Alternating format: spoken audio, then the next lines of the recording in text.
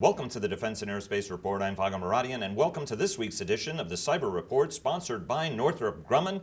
Every week we key up key issues across the cyber security realm, and joining us this week is retired United States Navy Rear Admiral Will Metz, the former Director of Intelligence for U.S. Pacific Command, who is now the Director of Strategy and Program Integration for Northrop Grumman's Cyber and Intelligence Mission Solutions. Sir, thanks for joining us. Thank you. Pleasure having you. We had Major General Greg Potter, one of your teammates at Northrop Grumman, distinguished Army officer and cyber and signals professional. And one of the things we were talking about is the unique challenges that each of the military services have in the cyber realm. And in fact, we're thinking about renaming this, instead of the Cyber Report, the Cyber and Electronic Warfare Report, given that the two are so conjoined. But talk to us a little bit of a high-level perspective on the cyber training across the armed forces, and whether it's at a baseline level sufficient for the challenges that we face ahead, given how important this skill set is and how lacking some of those skill sets are even across the military. Absolutely. Thank you, Vago. I think the principal area of focus has to do with consistency. And if we evaluate the Navy's, the Department of Defense's cyber warfare training, we should compare that with the training and certification that is necessary for any warfare domain.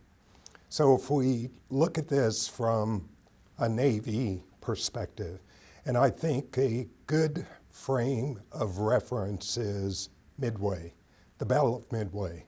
So in June of 1942, you actually saw intelligence professionals and cryptologists perform that which is necessary to enable decisive victory at sea. Fast forward to 2019, we are now viewing cyberspace as a warfare domain that requires that same degree of proficiency and expertise as surface warfare, undersea warfare, and air warfare. Let's talk about, and it's a great topical tie-in. We weren't trying to get people to go and see the movie, but go and see the movie because it's really, really cool and one of the most important turning points in American military history, certainly. Talk to us about some of the specific requirements for developing Navy cyber warriors. I know that Slapshot Carter, when he was superintendent of the Naval Academy, was building a very bottom-up, foundational curriculum, in part understanding that even digital natives were coming to the Naval Academy without having those baseline cyber skills. Talk to us about unique challenges to develop Navy cyber warriors. Yes, absolutely. I would refer to them as opportunities, vice challenges. At the U.S. Naval Academy, under Vice Admiral retired Carter, there was the opportunity to create baseline training for every midshipman that comes into the Naval Academy that would ultimately be commissioned as a naval officer. So whether the graduate is a Marine, whether the graduate is a submarine officer, whether the graduate is a surface warfare officer, the baseline training requirement for cyber is an entering argument for the Naval Academy, and I applaud the work that has been done there. And let me ask you about, from a senior level standpoint as well. There are senior leaders who consistently say, look, I don't know this field as well as I should.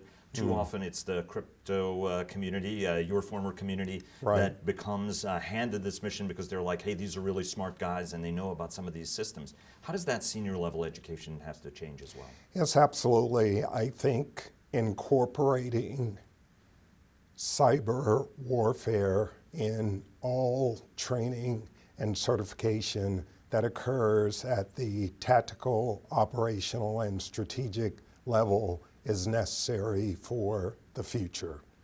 As you might imagine, Northrop Grumman's objective is to enable both the capabilities that are necessary for warfighting in this domain and also to enhance, where appropriate, the training and certification that is necessary to do so.